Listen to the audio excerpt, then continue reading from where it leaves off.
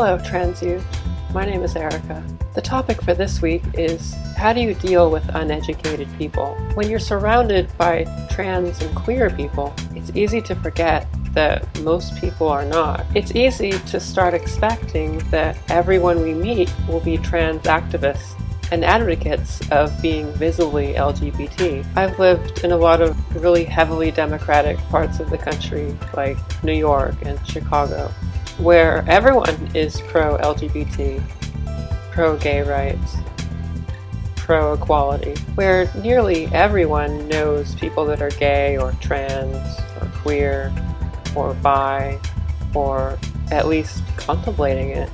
When I go home to places where there's not that level of acceptance and understanding and awareness, it really shocks my system. I've been out for over 3 years now. It always surprises me how little my parents know about what my life is like. My mother tells me, oh, I've worked with trans people in the hospital.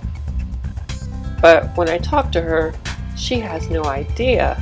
My mother doesn't know what things are offensive to trans people. She often says things, good intentioned, but worded in a way that sounds a little bit cis-privileged, and it's easy for me to get upset.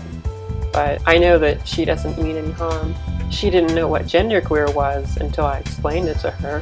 When I went home recently, my mother and I had a long talk about what your life is like when you're trans. She didn't know anything. She asked if I thought I might be genetically mixed gender. I said maybe. Considering my bone structure, it's certainly possible. I've told this story to other trans people, and sometimes they get offended. But I don't see anything wrong with my mother just looking for some kind of explanation for how I turned out this way.